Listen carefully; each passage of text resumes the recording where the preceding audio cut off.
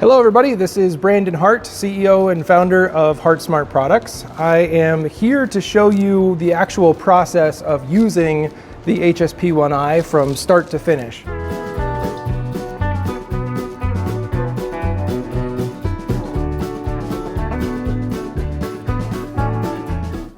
From model to printed part. So just to walk it through real fast, we're actually going to print a part for the HSP1-I, and we're going to be printing it in a high strength nylon alloy.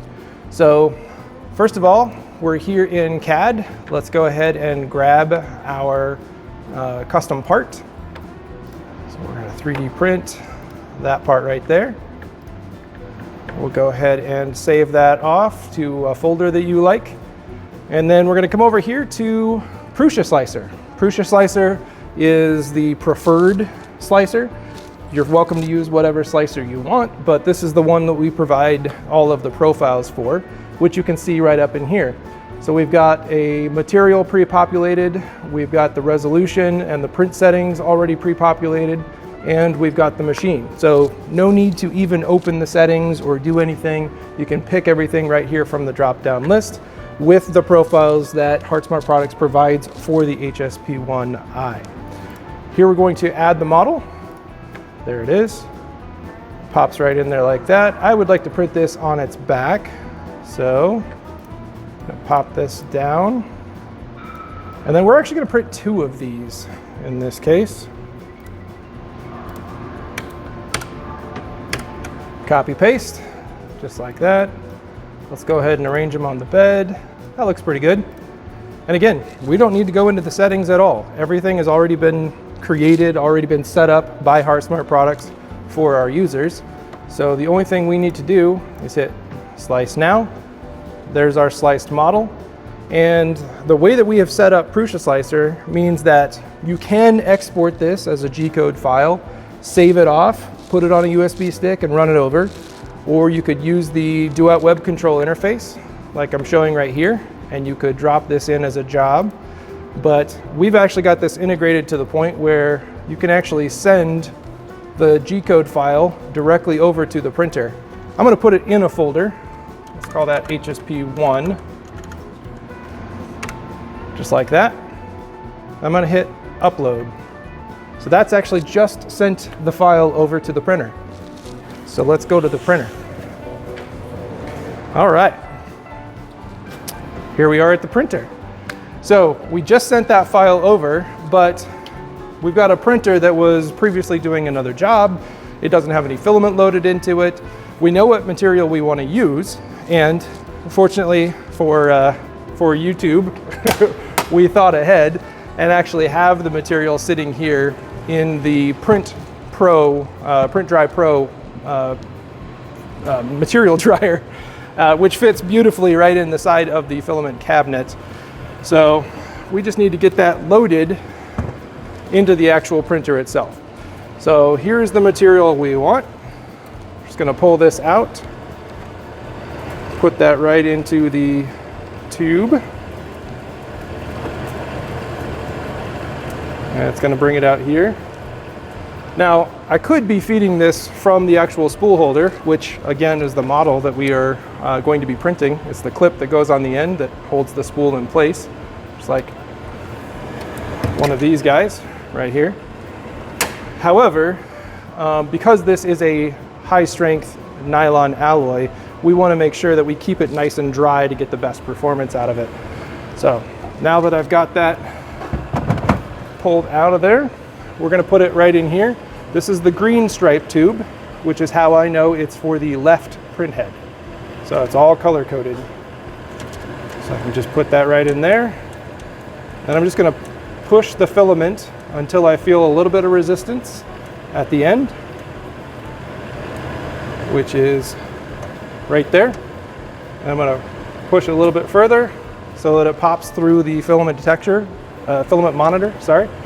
And we're done over here. Close this up, and let's go over to the main area. So here we are in the main area. Like I said, the filament has been fed into the left print head.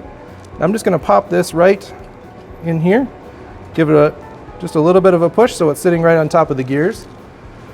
And it is essentially primed, but it's not ready to print yet because we still need to load filament. So right here on the left print head, we're going to load filament. Here's a bunch of different filament options that we can pick from.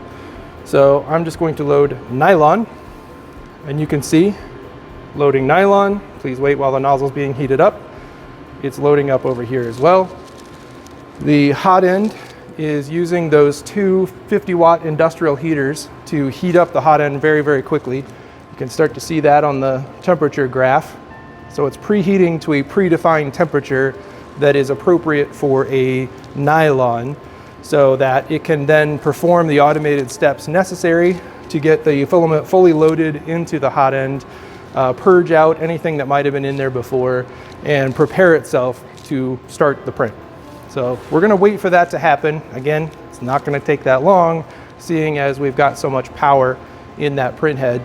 So that temperature graph is just skyrocketing up to the purging temperature. Come on over here and we'll watch here momentarily. We're going to reach that temperature and it's going to grab the material that we just pushed in there and it's going to push it down into the hot end. Just like this. Oh, that almost worked. Here we go. Oh, I had to hit OK on the screen here. But now we're good to go. So it is ready to push right in there. You can see it's purging out.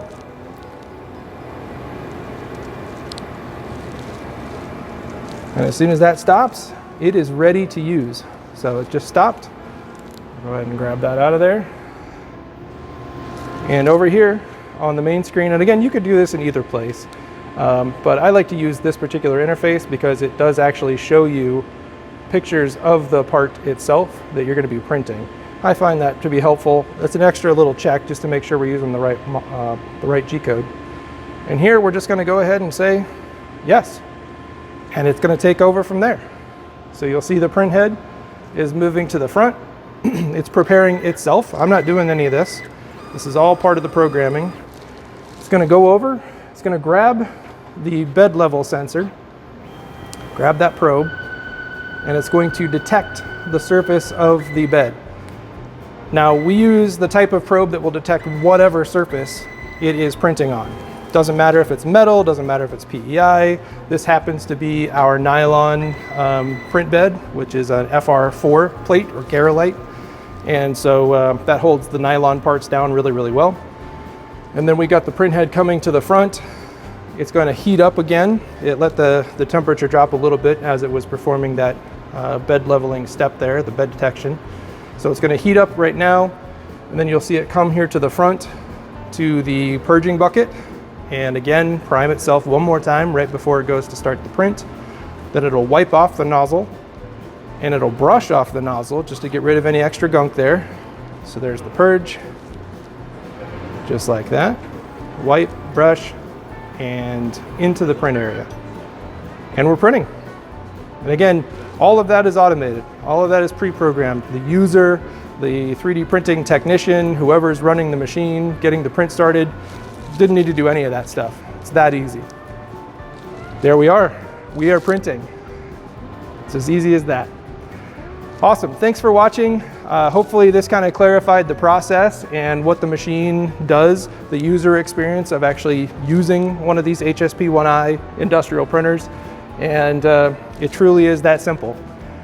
Please like, please subscribe, ring the bell for notifications when new videos come out, leave comments down below, or reach out to the email address that we've posted probably in the lower third or in the description. I don't know, whatever they're doing. And we'll see you in the next one. Thank you very much.